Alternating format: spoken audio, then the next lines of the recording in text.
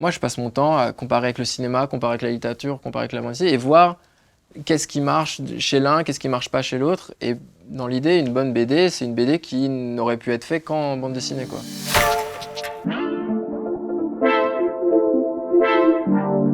Bonjour Bastien Bivès, Bonjour. bienvenue dans l'Avant-Claque. Vous êtes ici aujourd'hui pour nous parler de 14 juillet, votre dernier album. Vous avez l'habitude de collaborer, souvent. Ouais. Et là, cette fois-ci, ce roman-ci, vous le co-signez, vous avez co-scénarisé, je crois, avec Martin Kennen. Ouais. Ensuite, évidemment, les dessins, c'est vous. Comment s'est passée la collaboration? En gros, c'est Martin qui est venu me voir, il avait une fiction. Moi, j'ai toujours dit je ne travaillais pas avec les scénaristes BD. Et en fait, il n'est pas scénariste BD. Et en plus, depuis, j'aime beaucoup les scénaristes BD, je trouve très chouette. Et en fin de compte, je me suis rendu compte qu'en mettant un peu plus au fur et à mesure les mains dans le cambouis, je me rends compte que d'arriver à sortir une bonne histoire, un bon scénario, trouver quelque chose de pertinent, qui soit moderne, c'est assez difficile et ça nécessite beaucoup plus que de raconter des histoires un petit peu nombrilistes. Donc c'est ça, c'est ce qu'il a apporté, lui, à votre travail, Complètement, ouais. c'est cet ancrage dans... Bah ouais, moi le monde de la police, je le connais pas forcément, je sais pas forcément me documenter. Et donc j'ai écrit avec lui et j'ai appris aussi. Lui, il a fait tout le travail de documentation. Il avait parlé aux psychologues, à des gendarmes, à plein de gens. Et après, moi, j'avais quand même la partie fiction aussi. Et il fallait pas que j'oublie quand même. C'est avant tout un personnage de fiction, même si. Enfin voilà, ça ne veut pas être un documentaire, quoi. Vous voulez nous faire un Je vais commentaire faire de... un commentaire de texte. Qu'est-ce que j'en prends une allez, j'en prends une au hasard, on va faire ça. Ah, carrément, ok. En fait, par exemple, cette case-là, cette page-là, page 179. Donc, on est quand même à un moment de tension. En fait, l'histoire est assez simple. C'est donc, notre petit Vincent et comment ça s'appelle déjà? Lisa? Lisa, voilà, Vincent et Lisa. Ouais, c'est ça, Lisa. Vincent et Lisa qui en fait, Vincent, il a perdu sa femme dans un attentat. Et il pense à ça aussi, donc elle a perdu sa mère aussi dans un attentat. Et en fait, je me suis servi d'un moment où notre ami Jimmy récupère Lisa et l'amène à son père. Et il fallait montrer une certaine... Alors que là, il a juste du vin sur sa chemise. Et elle, on lui a juste mis une couverture de survie parce qu'elle était en train de bronzer au bord de la plage. Et en fait, c'était juste visuellement de montrer comme si c'était des espèces de rescapés des attentats. Et pour ça, en fait, c'est simple. Là, ils reviennent de la rivière, donc il faut que je mette dans la tête des lecteurs qu'ils font ce chemin de... On repart de la rivière et on va monter vers la route. Donc, hop, je vais juste une espèce d'horizon. Un dénivelé? Ouais, un dénivelé. Là, on a l'autre flic qui avance vers lui. Et juste en termes de composition, donc là, on a nos deux portraits, nos deux duels, comme ça, qui se regardent l'un par rapport à l'autre. Là, on amène la voiture derrière pour avoir un petit peu de réalisme, pour savoir un petit peu de quoi on parle, quel est l'univers. On est quand même avec la police. Et donc elle peut avoir vraiment cette vision de voir son père avec une chemise, avec ce qu'elle imagine être du sang, avec une voiture de police. Là, tout de suite, on a toute l'image qui nous vient des attentats, de toutes ces choses-là. Et là, c'est pour la première fois, parce qu'elle était un peu en conflit avec son père, qu'elle se met un peu à lui parler, quoi. Et lui, en fait, il se rend compte lui, il a exactement ce même choc esthétique, quoi, là-dedans. Et donc, pour ça, je vais pas mettre de décor, je vais juste voir les personnages, et pour que ça marque bien, parce que si on commence là, si j'avais mis des décors, peut-être qu'on aurait moins bien vu la trace de sang. Et puis, ce qui intéresse toujours sur le personnage de Vincent, c'est la silhouette, donc les épaules qui tombent un peu. Pour ça, je mets un gris. Rien n'est laissé au hasard et c'est quasiment subliminal, quoi. C'est-à-dire que moi, quand je lis cette page, je me dis pas non, il a fait ci, il a fait ça. Et en même temps, vous convoquez un champ lexical, en fait, c'est comme un... complètement, en fait, c'est ça qui est intéressant avec le dessin, c'est que tout d'un coup, par exemple, juste, c'est quelque chose de bête, mais cette couverture de survie, avec le dessin, je peux lui donner vraiment on a l'impression qu'il y a juste sa petite tête qui sort de la couverture et qu'elle est dans une espèce de... Pas un gâteau, je sais pas comment dire, mais une espèce une enveloppe, quoi. Là, on a l'impression qu'elle a 10 ans, quoi, cette fille, alors qu'elle en a 16. Et on joue, alors que juste avant, la couverture, on la voit, parce que on peut faire un peu ce qu'on veut, donc tout d'un coup, on peut gonfler les choses, on peut les rétrécir. Ce personnage, Jimmy Girard, ouais. C'est donc un policier qui vous a été inspiré en partie, je crois, par Arnaud Beltrame, Ouais, alors un gendarme, gendarme. donc militaire. Oui, pardon, mais donc qui vous a été un peu inspiré par une belle femme qui avait donné sa vie dans ouais, exactement, c'est vraiment cette Super U. complètement. C'est Arnaud Beltrame quand il fait son geste. Il y a Charlie avant, il y a les attentats, il y a plein de choses et j'essaie de réfléchir pourquoi est-ce qu'il y va quoi. Et dans cette idée du héros, justement, je crois que vous avez pris beaucoup de plaisir à dessiner l'uniforme. Ouais. Il y a deux Jimmy dans le livre, vraiment. Il y a un Jimmy qui est en tenue et il y a un Jimmy en civil où on voit son visage, parce que quand il est en tenue, souvent il a des lunettes. Ouais. Et je me dis que là, il y a un côté super-héros pareil. En gros, ce qui est intéressant, c'est... moi, ce que j'aime bien, c'est que la bande dessinée a vraiment la grosse qualité de la bande dessinée, c'est la représentation, c'est le dessin.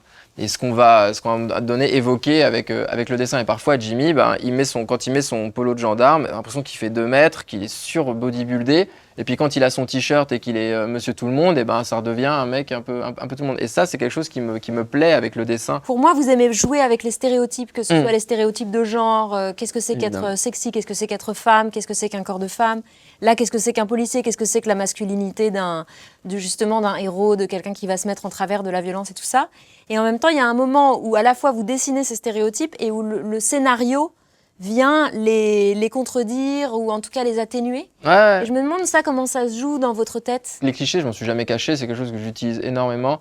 J'ai toujours aimé montrer un personnage ou une action et que ça crée tout de suite une image dans la tête des gens. On ne savait pas de vendre cette image, j'essaie de montrer cette image et tout d'un coup on va se dire ah ouais, c'est un gendarme, il met des PV, on a tous on a tous un a priori sur les gendarmes, qu'on les aime ou qu'on les aime pas ou je sais pas quoi. Et tout d'un coup, aller creuser, aller chercher l'humain, là où une œuvre peut commencer à parler avec son lectorat, quoi. Vous êtes assez cinéphile ? Ouais, j'aime beaucoup le cinéma. Et vous citez pas mal de films, en fait, dans vos interviews. Est-ce que c'est quelque chose que vous avez envie de faire dans votre vie ?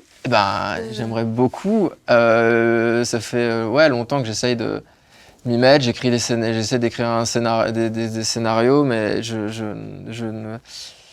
ça me fait beaucoup trop peur, quoi, le cinéma, quoi, parce que la bande dessinée, je suis sur ma table à dessin, je contrôle tout, je suis Dieu, je peux faire exactement ce que je veux, chaque plan. Je pense que c'est quand même 2 métiers vraiment très très différents, mais il est sûr que quand je vois ce que le cinéma a à offrir en termes de narration, de fiction et tout, c'est super enviable, quoi.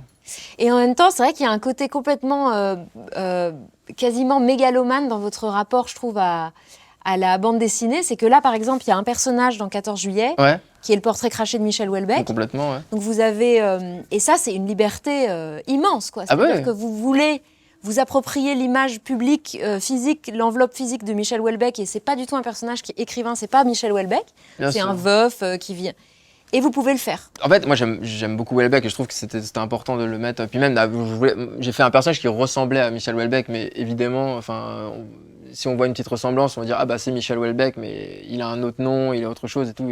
Bref, je pense que ma femme, elle pourrait clairement me mettre un procès vu que j'utilise dans tous mes bouquins, donc ça devient compliqué. Vu mon style de dessin, j'ai quand même un dessin assez libre, assez croquis, qui est pas forcément trop réaliste. Et voilà, Michel Houellebecq, c'est juste que on peut dire que ça ressemble à Michel Houellebecq, mais on peut aussi y voir autre chose, quoi. Le dessin, c'est génial. On peut prendre les traits de Delon, on peut prendre les traits des acteurs ou des gens qu'on aime et dont on a envie d'utiliser. Puis ça reste du dessin. Je crois que vous avez dit avoir eu pas mal de mal avec ce livre en particulier. Ouais. Moi, je pensais qu'on pouvait faire un film policier comme on raconte une histoire d'amour avec un regard, des non-dits, des choses comme ça. En fait, non, les non-dits. Quand les premières lectures que j'ai faites, j'aurais dit alors, t'as trouvé ça comment? Ils me font ah ouais, c'est vachement bien et tout. Puis on est vraiment pris par le truc. Et je dis t'as vu le moment où ils cachent la bombe, le truc? Ils m'ont dit quelle bombe? Et je dis ok, donc ça veut dire que ils n'ont pas compris la bombe. Ça veut dire que bref. Et en fait, il y a des moments où quand on fait un policier, il faut que les gens voient certaines choses. Et donc là, ça doit être très très précis au niveau de l'intrigue et tout. Et je me suis rendu compte un peu avec ce bouquin qu'une certaine manière, en fait, l'intrigue, j'aime beaucoup, mais c'est pas forcément le truc qui me fait vibrer, quoi. Je suis pas comme un fou sur des films de cambriolage ou des choses comme ça, où tout est là pour voir un plan machiavélique se mettre en place.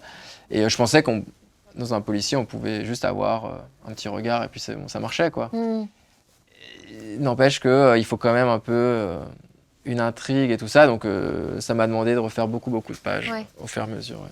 Il y a beaucoup de scènes de nuit dans le livre. Et moi, quand je vous entends dire dans des interviews, j'ai eu des difficultés, moi, dans ma tête, je me dis, oh, c'est sûr qu'il a... Ça, c'est difficile de dessiner la nuit. Ah oui, alors, les personnages ça j'avais jamais trop fait avant. J'avais toujours une ou deux petites scènes de nuit dans mes BD. J'en avais un petit peu en Une sœur, mais bon, c'est de la forêt à faire et tout ça. Là, c'est toute une scène de nuit dans la cité. Et c'est vrai que là, pour le coup, quand même assez influencé par des gens qui aiment bien filmer la nuit. Je pense à Michael Mann, par exemple. Voilà, vraiment... prendre le temps, installer l'ambiance de nuit, les moindres petits détails ou les petites lumières un peu partout vont être visibles. Et le souci que j'avais dans ces scènes de nuit, et c'est là où ça m'a donné pas mal de fil à retordre, mais c'est les scènes que je préfère au final dans le livre, c'est que d'habitude on utilise le blanc en BD pour focaliser le regard. Donc, on a le blanc, donc d'habitude c'est les bulles, hein, c'est assez simple, mais sinon c'est le blanc des yeux, le regard, paf, on a le blanc, ça aide énormément. Et là, pour le coup, vu que je suis dans une cité la nuit, j'ai des lumières, parfois une fenêtre, parfois un réverbère, et qui sont complètement épars, c'est presque labyrinthique, ce qui fait que le regard est complètement perdu, et quand on perd le regard du lecteur, ça devient difficile, parce qu'il commence à essayer de déchiffrer, il se rend compte qu'en déchiffrant, c'est du dessin, il se dit, mais pourquoi est-ce que je lis un truc qui est dessiné, c'est même pas la réalité, il ferme le bouquin et il le jette, quoi. Donc c'est très... Il faut pas que le lecteur se rende compte qu'il est en train de lire une BD dessinée avec des gens qui parlent avec des bulles, parce que sinon, c'est foutu, quoi. Mais ça, donc, c'est des trucs auxquels vous pensez, quoi, quand vous construisez une page, une bulle et tout ça, vous savez qu'il faut que vous pensez au lecteur. C'est 10 ans de... Non, et puis vous l'avez étudié, ouais, complètement. C'est vrai, mais j'ai beaucoup réfléchi. En fait, ça donne une impression, je vais être un peu flagorneuse, mais ça donne une impression de telle facilité. Évidemment. Qu'on se dit pas que... Dans le travail derrière. Non, mais il y a des écrivains, par exemple, qui disent qu'ils pensent beaucoup au lecteur, d'autres qui n'y pensent pas. Ah ouais, non, moi je pense beaucoup au lecteur. Mais moi, je passe mon temps à comparer avec le cinéma, comparer avec la littérature, comparer avec la bande dessinée, et voir qu'est-ce qui marche chez l'un, qu'est-ce qui marche pas chez l'autre. Et dans l'idée, une bonne BD, c'est une BD qui n'aurait pu être faite qu'en bande dessinée, quoi. Par exemple, si j'avais fait 14 juillet et que mon personnage était presque photoréaliste, si on prend juste en photoroman, ça n'aurait pas du tout fonctionné, quoi. On aurait fait un photoroman, on n'y croit pas. Le photoroman, c'est quelque chose qui n'a jamais fonctionné. C'est pour ça que ça ne perdure pas, que personne ne fait de photoroman, quoi. Et symboliquement, le livre est sorti donc juste avant le confinement, donc avant la reprise des manifestations contre les violences policières et tout ça. Et c'était écrit avant les Gilets jaunes. Non, mais vraiment, c'est passé en 2 ans. Non, mais en 2 ans. Non, mais même pas visionnaire. Je veux dire, en 2 ans, qu'est-ce qui s'est passé, quoi. C'est fou, quoi. Ouais, on est passé de. Nous, quand j'ai commencé à écrire le 14 juillet, c'était. On embrasse les flics dans la rue et tout ça, quoi. Ah, oui, oui. Un petit peu. Non, il y a eu l'élection de Macron, il y a eu plein de choses et tout qui ont été un peu costauds. Et puis après, il y a les Gilets jaunes.